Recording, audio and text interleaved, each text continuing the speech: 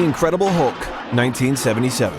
The Incredible Hulk was the comic label's first huge splash in live-action entertainment, long before the words Marvel's Cinematic Universe were ever uttered. The popular television show aired from 1977 to 1982 and resulted in a number of TV movie sequels, which have been rerun for decades. Renowned bodybuilder Lou Ferrigno was chosen to reprise the role of the iconic Marvel character due to his physique. Since there was no CGI back in the days, so the first ever Hulk we got was a naked Ferrigno painted entirely green. Originally, Richard Kiel was cast as the Hulk. However, as production on the pilot began, the producers believed he wasn't bulky enough. The Incredible Hulk returns, 1988. The muscle-bound monster returned to television screens in 1988 in the form of a TV movie in which he teams up with Thor. You will be shocked to learn that in this movie and its sequels, Lou Ferrigno dons a new hairdo as the Hulk because his hearing troubles worsened, necessitating the replacement of his wig in order to better conceal his new hearing aid. But he did look much bigger in this TV movie and had been lifting some heavy iron in order to prepare for it.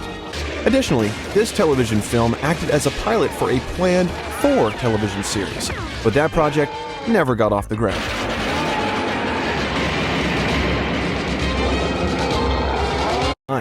The success of the previous film saw him return to the TV screens next year in yet another made-for-television movie, this time joining hands with Daredevil in order to defeat the infamous Wilson Fisk. This movie was the first instance of Stan Lee, the father of Marvel Comics, making a cameo in the movie. He then went on to do 36 more cameos in future Marvel projects.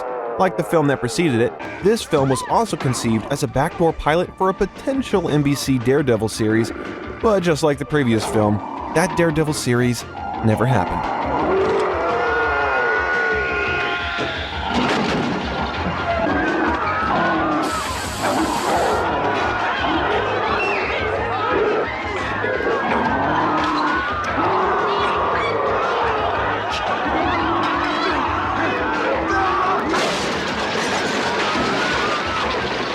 The Death of the Incredible Hulk, 1990.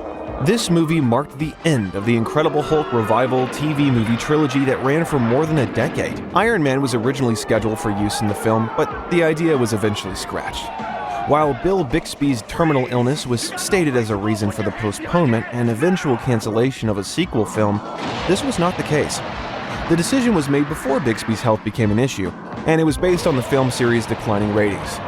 Following the ratings failure of this movie, NBC chose not to continue the series, and that marked the end of Hulk in the 20th century. Hulk, 2003.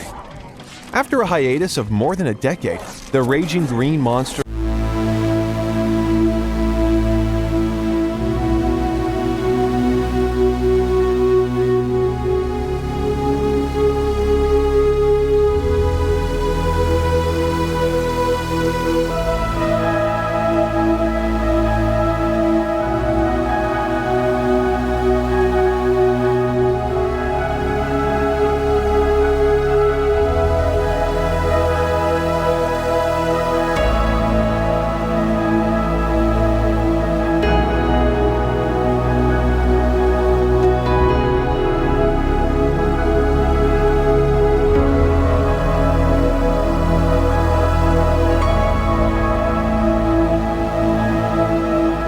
proved everyone wrong by coming up with an even worse rendition in his 2008 sequel-cum-reboot. The post-credits screen incorporating Tony Stark in Hulk's story was a nice touch and a fun moment for fans.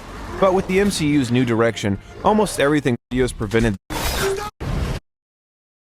Is today Tuesday or Wednesday? It really is hard to say.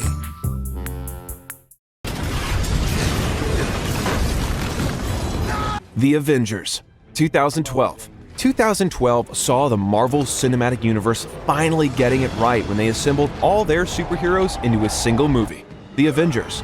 This was also when we got to see Mark Ruffalo's amazing performance as the Hulk that we now know and love, giving us iconic scenes like the one where Loki got a beating from him.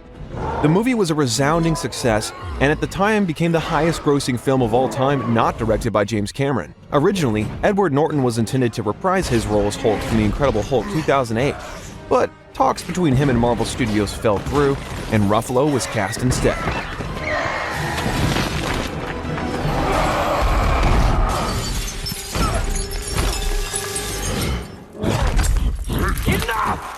You are all of you beneath me. I am a god, you dull creature, and I will not be bullied by that.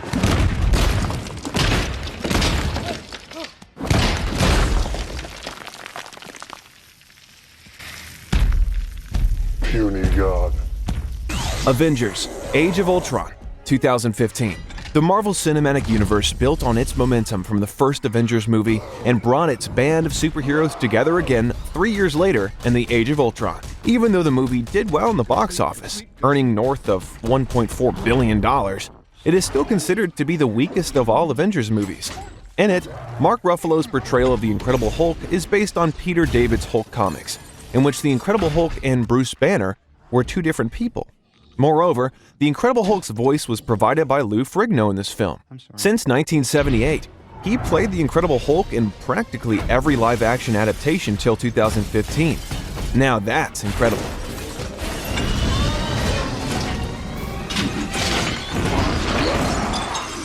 Thor: Ragnarok, 2017. Almost 30 years after the first ever Hulk movie introduced Hulk and Thor, Mark was not originally